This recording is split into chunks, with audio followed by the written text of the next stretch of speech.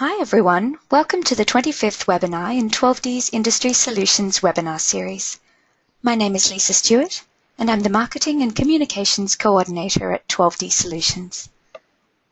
Our Industry Solutions webinars are designed to provide insights into overcoming challenges in an evolving industry in more effective and efficient ways.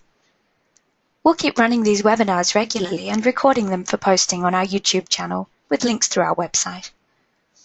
Our first 24 webinars from this Industry Solutions series, as well as 24 webinars from our training series, are available online if you missed those.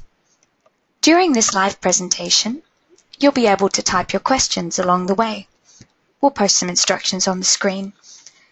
We'll answer as many of those as possible throughout the webinar, and at the end, I'll read out some of your questions to the presenter if there's time. Today's webinar about Abtrac will be presented by Edward O'Leary, the CEO and co-founder of Abtrac. With a background as an IT consultant at Ernst & Young, Edward specialized in the application of technology solutions for senior management for large corporates and SMEs. His own business went through several stages of development as he listened and responded to his clients' needs. Edward sees his role as CEO as being to manage and adapt Abtrac to suit ever-evolving business needs, and at the same time to ensure Abtrac delivers and is capable of working with the range of continually evolving business technologies. In this webinar, he'll take you through Abtrac time management and invoicing software, which has a connector in 12D Synergy. The connector API allows you to connect 12D Synergy to Abtrac to synchronize data from Abtrac to 12D Synergy. Connectors automatically import information stored in other products, preventing double entry, saving time, and reducing errors. A wide range of data can be imported from Abtrac to 12D, including jobs, tasks, or stages or phases, files, folders, client and supplier companies, contacts, staff, notes, and custom fields. Over to you, Edward. Okay, thank you, Lisa, and thank you to 12D for giving me this opportunity to explain Abtrac to you. As Lisa said, I'm the CEO and co-founder of Abtrac. Abtrac is a time billing system. It's entirely cloud-based, and we've got users throughout the world, but primarily in Australia and New Zealand. So what is Abtrac? We call it a time management and invoicing package, and so it pulls together clients, jobs, contacts, employees, and other third parties, such as subconsultants. And it's all about project planning and management internally within your business. So we've got projects and stages, of course, and associated with each stage, you can have fees, times, delivery dates. There are disbursements, and you can also manage subconsultants in an extensive and managed way. Most people have a relationship with Abtrac through the time and disbursement recording screens, and at the back end of it, there's extensive reporting by office, reporting by department, by work type, by project, of course, and by employee. Abtrac also has an invoicing module, and from the invoicing module, in addition to APIs to packages such as 12D Synergy, we have APIs to MYOB, Xero, QuickBooks, and most of the popular accounting packages.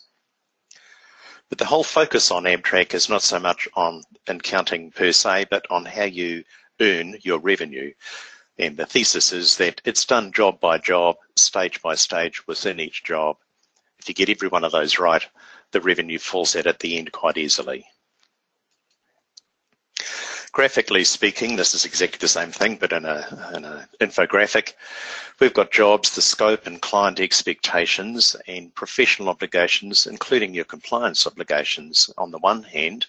On the other, you've got staff and others on a range of projects, and some of those projects can span years. And Abtrac pulls together those two aspects of managing your business so that you can see what has to be done when and by whom. And you can also see at what sort of cost versus recovery you're achieving for each of those projects. So Abtrac's not just about invoicing everything that's on the tab at month end. It's not just a time billing system. The whole idea is that it supports a culture of planning. That means planning your jobs, planning your people. It also supports a culture of managing, as you can see, managing budgets, managing actuals, and managing variations. Down at the micro level, it's letting people know that this is a 20-hour piece of work, so it doesn't take 30 hours. That's time management. Because, of course, if you spend 30 hours on a 20-hour piece of work, you've stolen 10 hours off the next person's job, and that means you're 10 hours behind that week at least. As professionals, all we're selling is time and expertise, and Abtrac's whole approach is to make time count. Who uses Abtrac? Well, primarily it's people in the construction and infrastructure development space, as you can see by this graphic, the left-hand side of this graphic here. We also have other people who essentially are all doing the same thing. They're selling their time and expertise, accountants, bookkeepers, PR agencies, etc. But primarily they're people around the construction and infrastructure space. And in terms of company size, we run with the proverbial one-man bands using Abtrac up to companies of 100+ staff. The 25% quartiles are 13 to 32 staff. How does Abtrac work with 12D? Well, in most companies, people will enter their data into Abtrac first, and then 12D knocks on its door periodically. You can force an update at any time, but it's set to poll periodically and looking for updates and new records within Abtrac that it automatically synchronises through to 12D. So moving now on to the Abtrac Online overview. This is Abtrac. As I said, it's entirely cloud-based, so all you need is a web-capable device and you can run it. Most people use PCs or Macs, but you can run it on your Apple iPad or your Galaxy Tab before it bursts into flames, and of course you can run it on smaller phones. What I'll do in this webinar is I'll spend a bit of time looking at clients and jobs. I'll spend a bit of time looking at timesheet entry, a bit of time looking at reports, and then I'll finish looking at some invoicing and then back to some reports. So just clicking on the search screen, as I have done, here we are here. In most companies, people set themselves up as an entity because they want to record sick leave, annual leave, professional development, and all the non-chargeable time that people spend their time on in an average week. You can also set up third parties. I've got one here. We can see that there's no project code for them. That's because we don't work for them. They work for us as sub-consultants. So I can set up this sub-consultant and then assign them to various other projects for all the other client jobs I have on hand. I'll go and look at one particular client here. Just type in a piece of their name. A lot of Abtrac's got these grids, and there's a couple of things you need to know about them, or you can find out. One of them is that the administrator can control the columns that people see in the grid and also the order in which they appear. The second thing is that across the top of every grid, I can choose various filters and thereby restrict it, for example, so that I can only see jobs from a particular office, or I can only see jobs for which I'm the project manager. Coming to look at this particular client now, all you need is the name, but different people will add different bits of detail on this page and on these other pages through to here before they enter some project detail. Over here I've got an abbreviation just so that if it's a big company name, it doesn't use up all the real estate on some printouts and some screens. And the idea of the system code, it's one way in which we can link and maintain uniqueness between the two systems. If people go and change the spelling in here, 12D can poll back and say, okay, well look, the system code was 1153. Therefore I've assessed that the spelling of the name has changed. If you're in a multi-partner practice, a multi-office practice, then I can say this client is managed out of this particular office of ours, and then I can restrict people so they can only see clients and jobs from a particular office if that's what I want to do. And similarly down here I can say this client is managed by this director level or senior level person of ours, the account manager, whatever you want to call them. And if it's a big client, for example, it might be the local council, you might say, in fact, we have two director level people and they both do the schmoozing with the client to pull in the next project. But at the project level, there might be a different project manager for every one of those projects. A particular client can have multiple addresses through here. Bill Gates tells me I can have 10 million of them. None of our clients have got that many, but you can certainly stack up lots and lots of branch offices of this particular client. And similarly, I can stack up lots and lots of people who work at this particular client. So I've got Kevin here, he's the finance director and he's our accounts contact. I've also got Judith. She's the CEO. She's the main contact. If you're working in the residential space, you might say the client's name is Smith, Mr. and Mrs. J. So it comes under S for Smith, but I might say when I send an invoice to them, I want it to come out as the Smith Family Trust or some other completely different name through here. And a lot of engineers will do that. For example, the client might be the architect that's asked them to commission something, but they say the invoices go to the architect's clients. Now, every employee within Abtrac can have a default charge rate and a default cost rate. In fact, there's a variety of charge and cost rates that are maintained by the administrator under the administration screens. But I can also override all of those and say at the client level, I can also have employee-specific rates. And this is where you have a corporate rate for a client. So you might say we charge them a premium rate or a discount rate for whatever reason. Similarly, at the client level, I can say we have specific activity rates. So if someone's traveling, then we can say we charge a different rate if they're traveling compared to if they're on-site working or in the office doing some calculations or design of some sort. So just to refresh, that's all we need about the clients. All we need is the client name. All those other screens and pages are optional. Moving down to the projects, for this particular client, I can see I've got lots of projects up and down here. Most of them are still current. These bottom ones have been archived off. I'm demonstrating here too that you can have a smorgasbord of project code structures, and basically we say to people, if you can articulate to us how you want the project codes to look, then we can generally replicate it within Abtrac off the shelf. I'll pick the first project and just look at this. So as with the client, where all you needed was the name, with the project code, you can let Abtrac generate the next number off the rank. I can put in here, the description might be Sam to advise, and later on we can find out the details. But different clients using Abtrac use different fields here, and all of these pages are relevant to this particular project. Some people use proposal numbers, so they might say we'll enter it first of all the details we need. They can auto-sync with 12D. But at this stage, this particular project mightn't be billable because it's just a proposal. We can run it like that. When we put a tick in there, it'll update that date, and then it'll override the proposal number and put in the next project code off the rank, but it'll retain the proposal number there for your reference. Some people use these, so job status, type, team, office, department, work source, referred from. All of these are set up and maintained by the administrators. And if they're left blank, Abtrac's quite relaxed about it. But if I'm using status, for example, I can say, show me all the jobs that are not yet confirmed, and I might go and search for them in that screen that I started in earlier on, and get on the phone and find out what's happening to all those proposals we've still got outstanding, for example.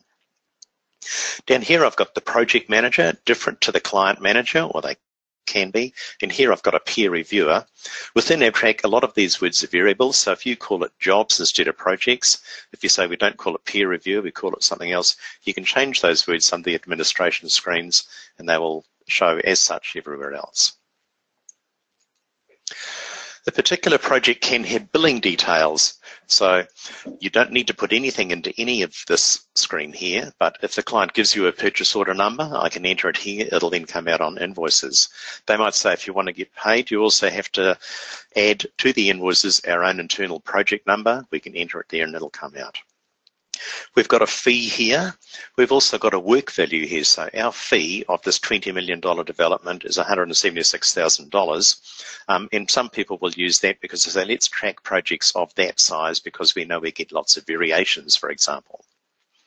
If it's a smaller fee, maybe it's a residential client, you might say, look, we require them to pay a deposit up front, in which case I can enter that there. And until they have paid that deposit and there's a tick in that box, as people are entering time or disbursements against it, it'll say this people hadn't paid their deposit up front, we need to do something about it. If it's a $176,000 fee, then you don't want people to burn off all that fee quicker than they should be, and so I can put a threshold here at the fee level, and typically people would let out this timesheet warning threshold like a piece of rope. So they might say, first of all, I want to know when I'm up to 20% and then 35%, etc. So you can do that here, and also down here I've set up a different billing entity different to the invoice defaults for this client, so when I raise invoices for this project it'll go to the right entity straight away. I'm more likely to get paid more quickly. I can also set up a shopping list of people who are on this particular project. So here I've got myself. I work for Abtrac. We've got someone from the client called Kevin. We've got someone from council, and if you deal with council yourselves, you might know that you could have two dozen different project managers all at council. We say on this project, this is the person we're interested in. And we've got a third party here. We've got a subconsultant of some sort, and we deal with her. And the reason people keep a shopping list of this is I can send them all an email and say, hey, there's a meeting next Thursday, can you all please attend? Or I can phone them if I want to. The fee of $176,000 would typically be made up from what we call stages. Now, just as you can change the word project to job, you might say, look, we call them phases or tasks or something else. You can change it within Abtrac. But here I've just got some quasi-generic stages for a particular project, and down the bottom I've got a couple of variations as well. So these were part of the initial quote, and then the variations have come in extra. I've also told the client that we're going to charge on an hourly rate for the concept stage, but then once we've agreed it, we'll charge a fixed fee lump sum down here. You can see in addition to our own internal fees, we've got disbursements and we've got some sub-consultants. And they all together make up the fee, and I can track every one of them to see how I'm going as the job progresses. So that you get a commonality of naming across all projects, a lot of people, when they create a new job of the same type, they'll say, look, I want to copy the stages from another project into this one. That means that everybody's calling it concept development rather than feasibility stage or preliminary design or whatever other terminology they use. You say, look, in our company, this is what we call it, and that's how you'd edit it. You don't have to type it in each time. If I've got start date, end dates, and a fee, then I can do a little cash flow forecast for this particular project. Were we to bill monthly, this is how the invoices would be coming in. I can give that to the client. And then I can get a report not only for this project, but for all projects to say, this is how we could be invoicing later on this year, September, October, November. You can have a look at it, look at the cash flow. You can also look at it and say, well, these are jobs that are confirmed, and these are jobs that are possible, but not yet confirmed. Coming right back to the job screen, I can have project-specific rates just as I can have employee-specific rates. So that's me. I normally charge $250 an hour. For the client, we had done a corporate rate of $200 an hour. For this project, we've increased it slightly, $210 an hour. So I've locked in each of those rates, and they will apply in each of those different situations as appropriate. I can also keep a track, so just fast forwarding through a couple of things. I've outlined how we relate with 12D, but I'll fast forward through the next one as well, user defined. In addition to all these other fields, you can make up your own fields. So you might say, look, we need the certificate number. If a certificate's been lodged, certificate of title or compliance certificate, you can make up your own fields here, but I'll just jump onto this one here. This is a project diary, and it saves you fossicking through bits of paper in your notebook saying, where on earth did I write that down? It saves you apologising to someone else saying, look, I meant to tell you that, I'm sorry, there's been issues with parking. People will put it into the project diary, and then they and others can look at that routinely just to be au fait with what's happening on this particular project. So I can do quite a few things within this. I can put in the date, of course, and I can also say this is the next action. I can set up a series of actions. So it might be a meeting on site, or please note, or whatever. I can set up those things and then keep in touch with everyone else who's working on the project via the project diary. Finally, for a $60,000 fee, so stage one of this was something like $60,000. There we are there. What a lot of people have been doing since the global financial crisis is they're saying, it's fine knowing it's $60,000, but I need to break that down to significantly smaller pieces. So we've got these work items or action items, and I can run a report, these are due by a certain date, and make sure that they are done by that date. If it doesn't happen, then just clicking on one of them, what I can do is I can say, I was a prepare a presentation for a board meeting. I can fast forward it, and it was initially 60 hours to be done. I think there's now 10 hours left to do. And what I've done is I've scheduled it to individual people down here. So in doing that, I'm not only keeping on top of this particular little piece of work, but I'm also making sure that as people come into Abtrac, they can say, this is what I have been given to do this week in my planned time schedule, making it different to what the timesheet itself is showing. Finally, I can print some quasi-generic things from here. A lot of people will do their short form agreements or other standard templates by exporting data out from Abtrac and producing it as a mail merge document. And then if this job's been going for a while, I can see what's been invoiced for it through here.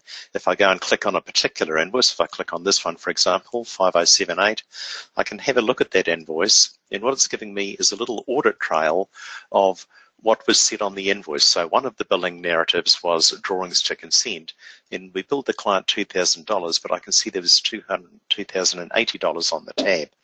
So coming back to here, I can see that across the whole invoice, we wrote off $1,480, and I can see how that was accrued by looking at the audit trail, drilling down from the invoice into the timesheets.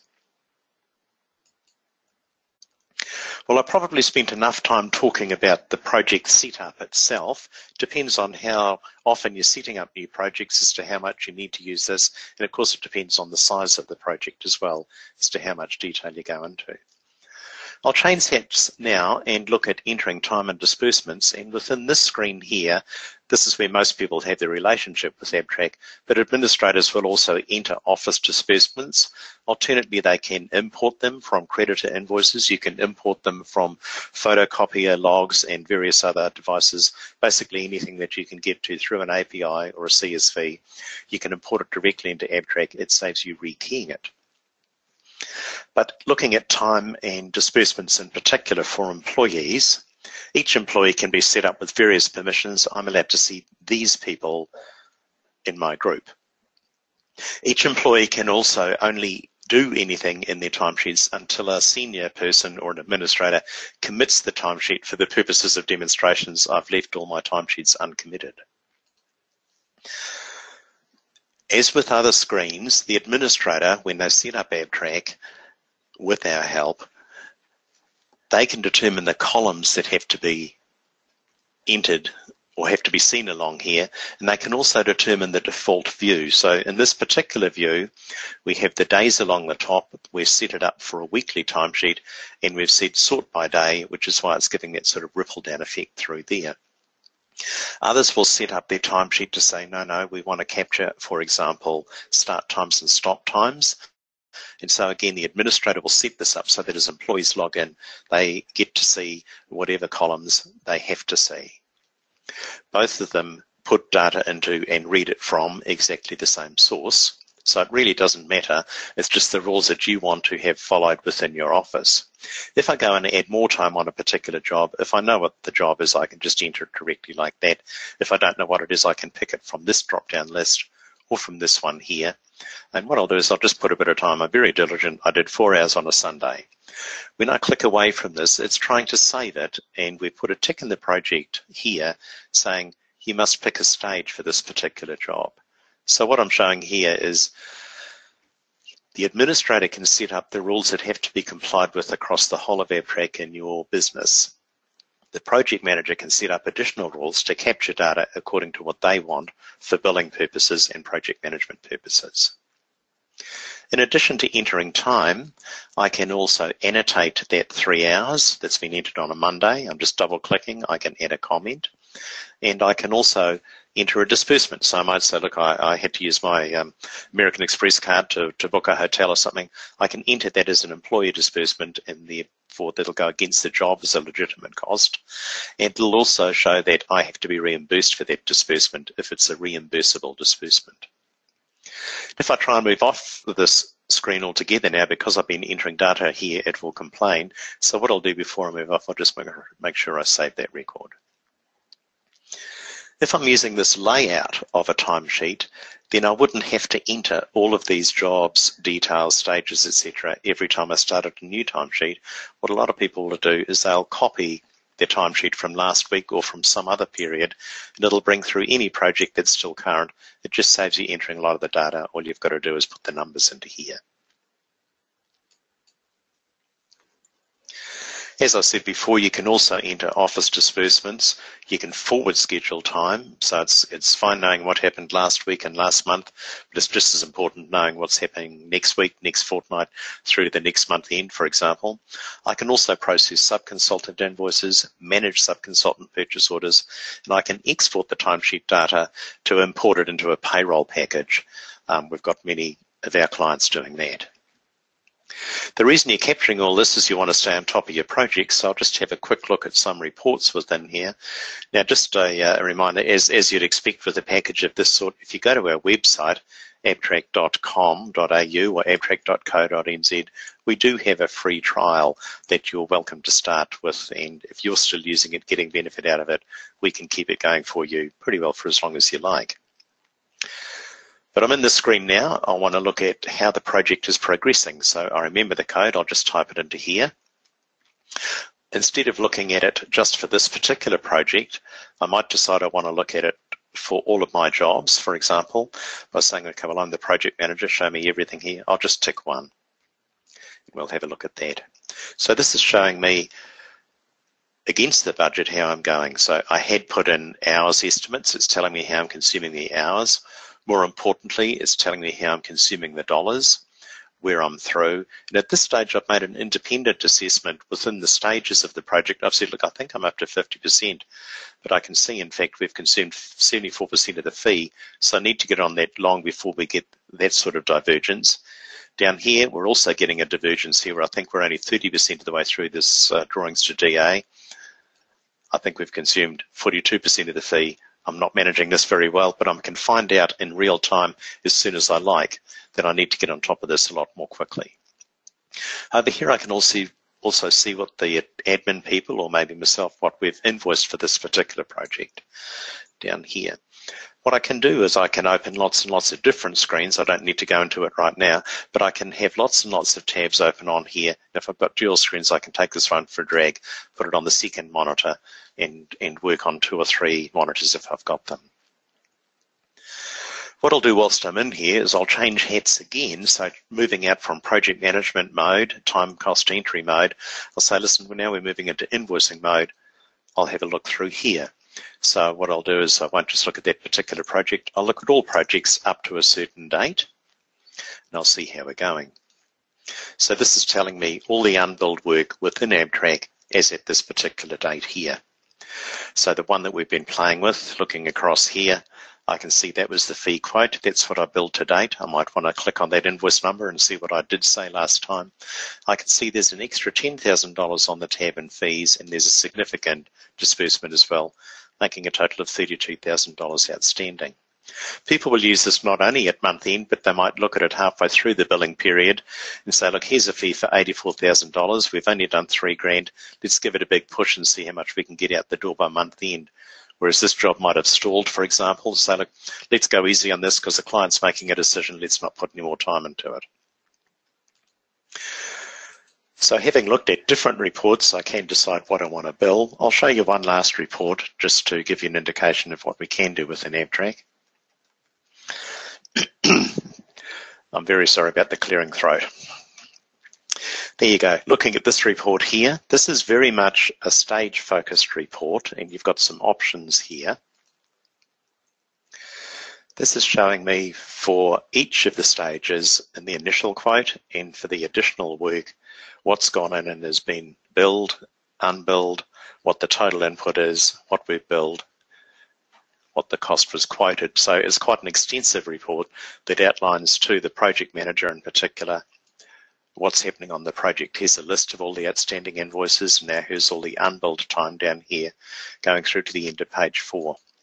So in fact, within Abtrac, if I just close that preview, there's a huge raft of reports, and you can see I've got a small list of favorites. If you look at these 2 top reports up here, when I show all the reports, the number, the 2 reports up the top suddenly expanded out to significantly more, and that's the same up and down all of Abtrac.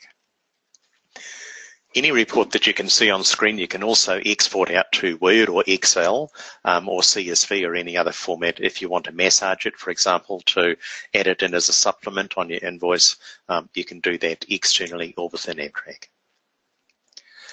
Now, having decided what to invoice, I'll actually show you some in here. So what I might do is I might just generate that invoice very quickly.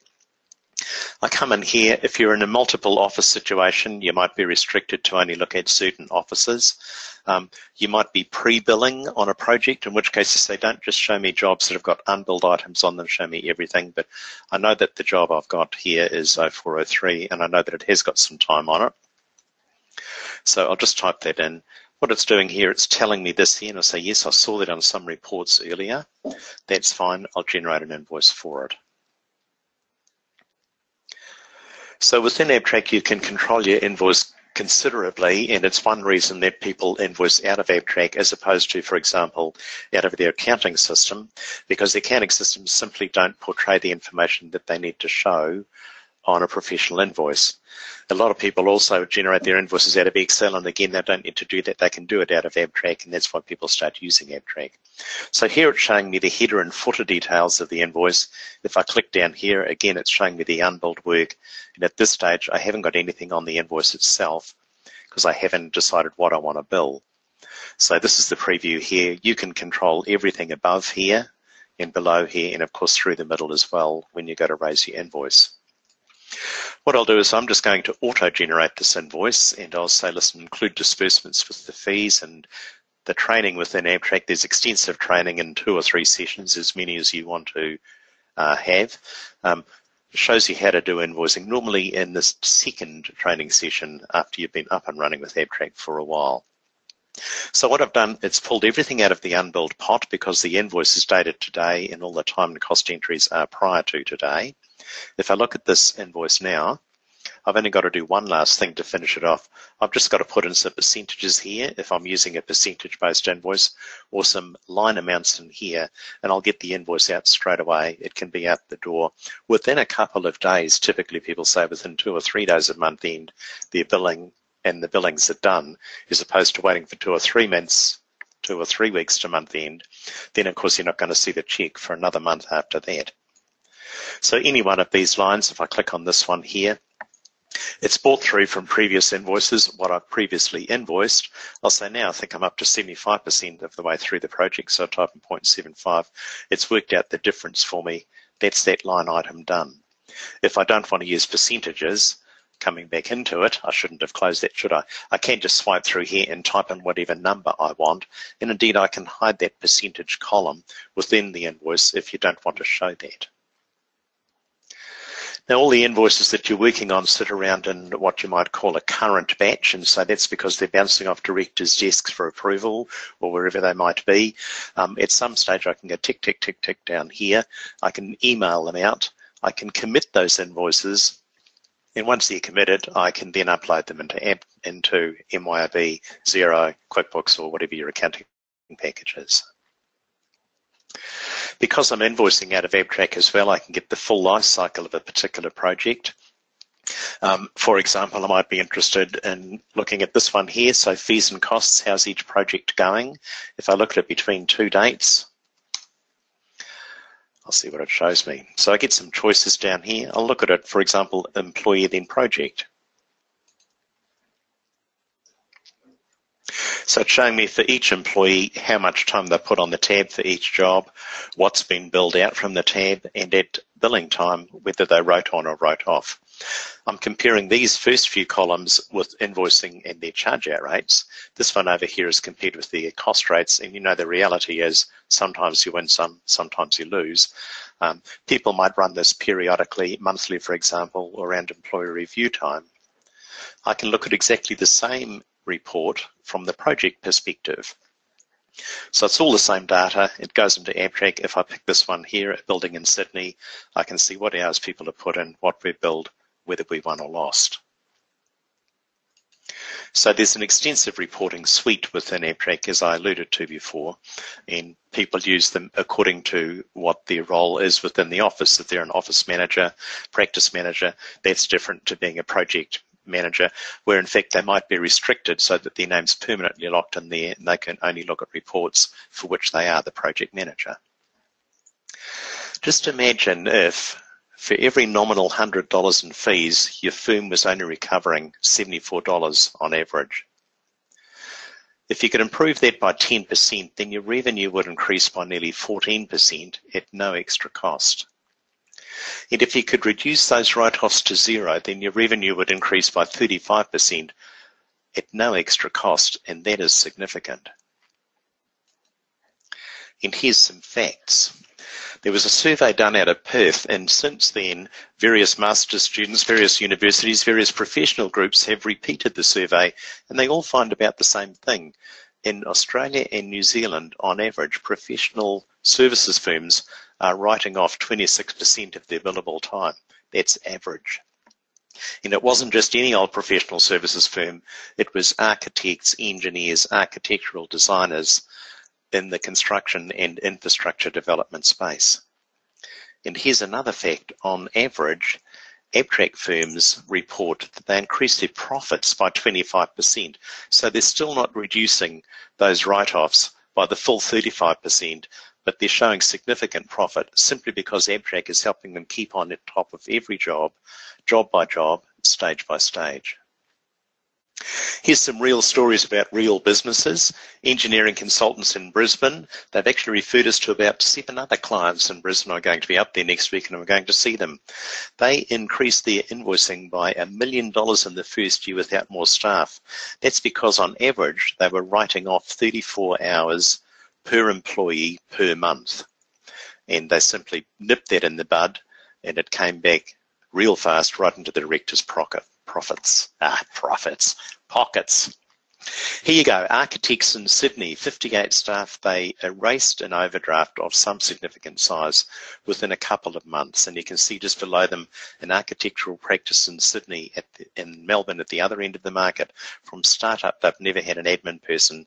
They said, we don't need an admin person, we can do it ourselves. A big land survey practice in Auckland, Abtrac and 12D, it supports a process and a structure so the business runs without the owners being hands-on. They know they can hand it over to other people and things are being done properly.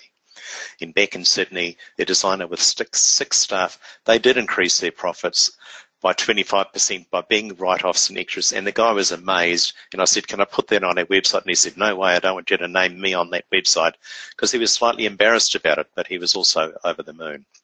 So perhaps it's jingoistic, but we say to our clients, look, Abtrac honestly helps you make more money. It doesn't cost. So that's Abtrac in a nutshell. Why buy Abtrac, or why sign up to it and 12D? It's the cloud management, time management. It's a cloud-based time management and invoicing system. It's for professionals who need effective real-time job management, and coupled with 12D Synergy, you benefit. You enter the data once and it's available for everyone in both systems. And so effectively you've got one conceptual system within your business. So thanks again to all of you who are attending, and thanks again to 12D for letting me show you this quick round the block drive in Abtrac. I'll hand you back to Lisa now. Thanks, Edward. I'll just take one of these questions live. Andrew in Victoria has asked, how does Abtrac handle project quotes and proposals? The answer is it handles it quite easily. You can set up any project as not yet billable, or indeed not yet current. You can still put time against it if it's not billable as a proposal, and then when it becomes a live job, you can decide to either write off that acquisition time, or alternately try and recover it throughout the rest of the project. So the answer is it does handle it in a variety of ways and quite easily. Wonderful. Thanks everyone for your questions, and thank you very much, Edward, for your presentation. The recording of this webinar will be available in coming days through our website and our YouTube channels. Our next Industry Solutions webinar will be another great 12D Synergy related topic, File Replication Server, presented by our very own Richard Stollier at the end of June. We've also got some great training topics coming up in between, so do keep an eye on our emails and social media channels. If you need to contact us in the meantime, we'll pop up a slide showing our contact details, or you can always go to our 12D websites. That concludes our presentation for today. Thank you for attending, and we hope to see you at future webinars.